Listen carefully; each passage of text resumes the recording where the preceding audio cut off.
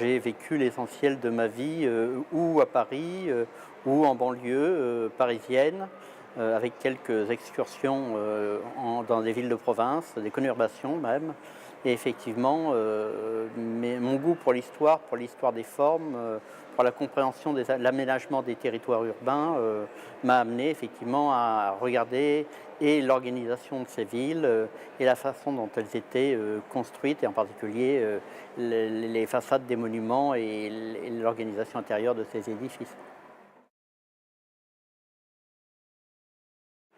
On a longtemps dit que la ville était une espèce de phénomène spontané, et c'est vrai que au cours du XXe siècle et depuis les 50 dernières années, on a des historiens de la ville qui sont à la fois des historiens des événements urbains, l'histoire urbaine, avec Duby, Vallon et compagnie, mais aussi de l'histoire des formes urbaines.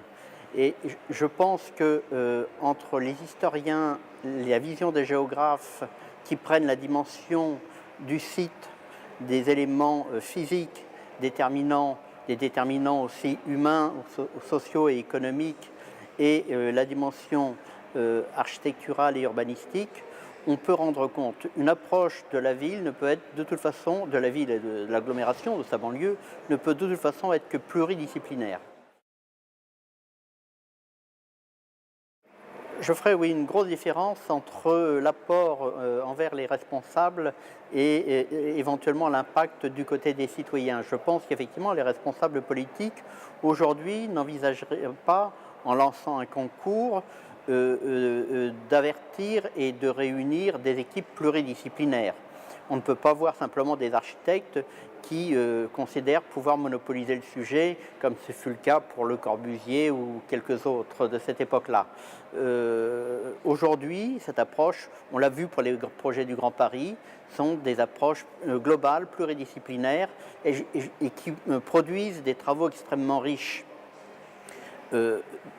Du côté du public, je ne suis pas sûr que cet héritage-là ou cette culture ait été vraiment transmise. Ce n'est pas forcément la faute du public qu'il faudrait incriminer. Je pense tout simplement que ces enseignements-là, ces connaissances-là ne sont pas transmises au niveau des connaissances générales, de la culture générale, et que ce n'est que dans des filières professionnelles qu'on les acquiert, et donc ça échappe au public le plus large. Ce qui est à l'origine, c'est la volonté des hommes ou le besoin des hommes de se rencontrer pour échanger.